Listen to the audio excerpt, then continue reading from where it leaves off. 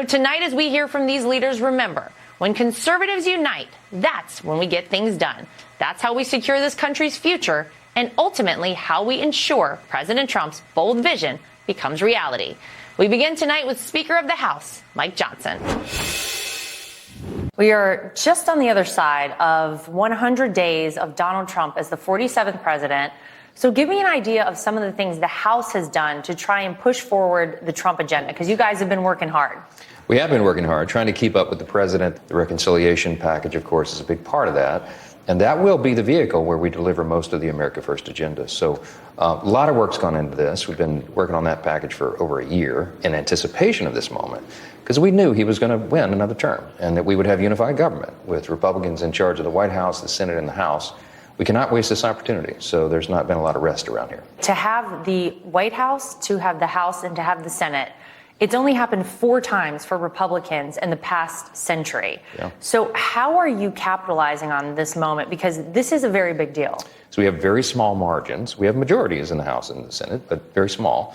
So we have to use that efficiently and effectively. And reconciliation is the process that you can do in a partisan fashion. You can put all of your Republican conservative priorities in one bill, because you frankly don't need the Democrats to come along. And you might have noticed they're in no mood to help us out. And it's really sad, because the country needs the parties to work together and restore common sense. And that's what the Trump administration has been about. You've been Speaker under a President Joe Biden and now under a President Donald Trump. Give me the breakdown of being Speaker under each of these different presidents. It's like being on 2 different planets, honestly. Wow. I mean, President Biden, now infamously, everyone knows, he frankly was not in charge towards the end of his administration. The 4 years of the Biden-Harris administration put the country in such a terrible position. I mean, every metric of public policy was a disaster under that lack of leadership. So here comes President Trump.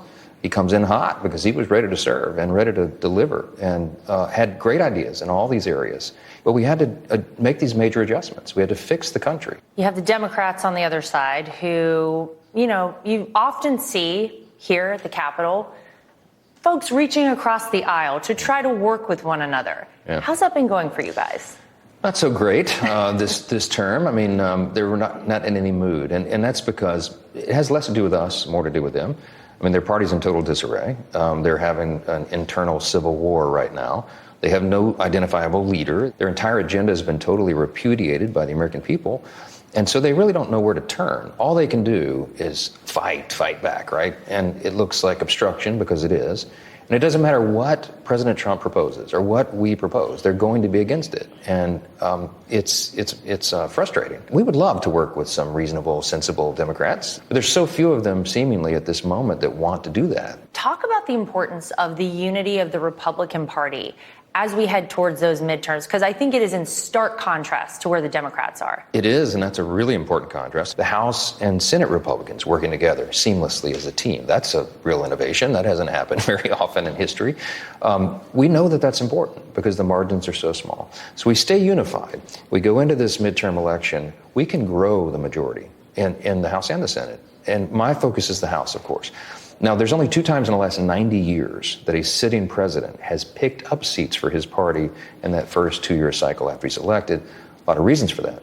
But Donald J. Trump is going to make history in this way, and we are as well. There are a lot of voices in the Republican Party. Tell me a little bit about how you navigate those waters. Well, we have a joke around here. I'm not really Speaker of the House. I'm a mental health counselor. Look, I love all of my colleagues, genuinely. I know how they think, I know what makes them tick, and I know the dynamics of their districts. They see the same set of problems, same philosophy, but a different set of lenses on how to solve it. So the job of the Speaker and the whip and our leadership team, our majority leader, is to draw everybody together and try to find consensus so we can solve the problems. And so far, so good. Sometimes it's good to be underestimated as a leader, and at the end of the day, we give God the glory for the victories. Well, shortly after you became Speaker, your 2 sons were out swimming and nearly drowned. I wonder if you might take us through that story, because I think that was probably a bit of a life-altering moment for you. Yeah, it was a difficult time for us, but it was about a month or so after I was elected Speaker in 2023. It was in November. vividly remember the time frame because it was the Thanksgiving break for my boys. And at the time, I had a senior in high school, Jack, and Will, my middle school son. And they went with me on the trip to Mar-a-Lago, went down there to start raising money for the election for all my colleagues. My boys were out on the beach. They got caught in a riptide and pulled far out to sea in the Atlantic. They're great swimmers, great athletes, but this was more than they could handle. My older son went under to hold his younger brother up. He almost lost his life. Both of them almost drowned. And the only reason they were saved is because a parasailor happened to be going by and see my 14, 13-year-old son at the time, his head crying out for help. They're fine. No permanent damage, but a big scare. And as soon as we were home, phone rang. It was the president. And I'd not told him about it, but he called and he said, Mike, I can't believe, I heard what happened. He said, that's a miracle. I don't believe in luck or coincidence. I know that God saved my sons. And we talked about how that was kind of a miraculous thing. Well, fast forward to the first shooting event in Butler, Pennsylvania. I spoke to President Trump shortly after that, and I reminded him of that miraculous event with my sons down in Florida. And I said, sir, just as God saved my boys, he saved you as well. And that's not luck or coincidence, that's providence. That's amazing. And, I think one of the things that is very known about you is how important your faith is to you. And I read a story about a miracle, speaking of miracles, that happened with your own father when you were younger that maybe contributed to how impactful faith has been in your life. Yeah, it happened when I was 12 years old. My father was a firefighter, and he was caught in an explosion on the job, on duty, and burned 80% of his body, third-degree burns. He had about a 5% chance to live. Wow. It's a long story, miraculous story, from how he was saved from the fire itself to how he recovered thereafter. But I learned very young at that age that faith was very real. It stuck with me my whole life, and it's a big part of what I do here every day. And had God not intervened, Speaker Johnson's journey may have turned out very differently.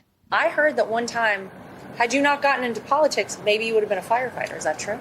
Yeah, that was my aspiration. I wanted to be the chief of the Shreveport Fire Department in Louisiana, my hometown. Wow. But when my dad got burned in the explosion, I was 12, the oldest of 4 kids, and they weren't so enamored with that idea. So I went to school instead and wound up here. Did you ever think that you'd be Speaker of the House and that you'd be able to look out on your balcony like this? No, never considered it, never aspired to it. I guess I don't grip the gavel as tightly as some previous occupants of the office did, because it wasn't ever on my bucket list, But that allows me to do what I think is the right thing, and let the chips fall where they may. And turns out that's a good formula for right now. Guided by that formula and his faith, Speaker Johnson is moving full speed ahead. We have big consequential legislation that has to get through Congress. And so we're going to count on the better angels of our colleagues to get this through. And I work every day on trying to build consensus, not just among Republicans, but among everybody here, because that's the job of the Speaker of the House. Even in divided times, we have to maintain that focus, and we'll continue to try to do that every single day. I believe God's given us a chance to save the country. We take that responsibility very seriously. But I'm excited about where we're headed. We're almost 250 years into this grand experiment in self-governance.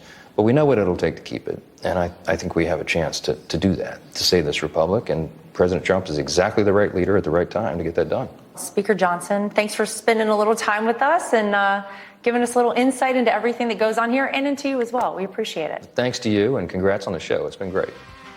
A huge thanks to Speaker Mike Johnson.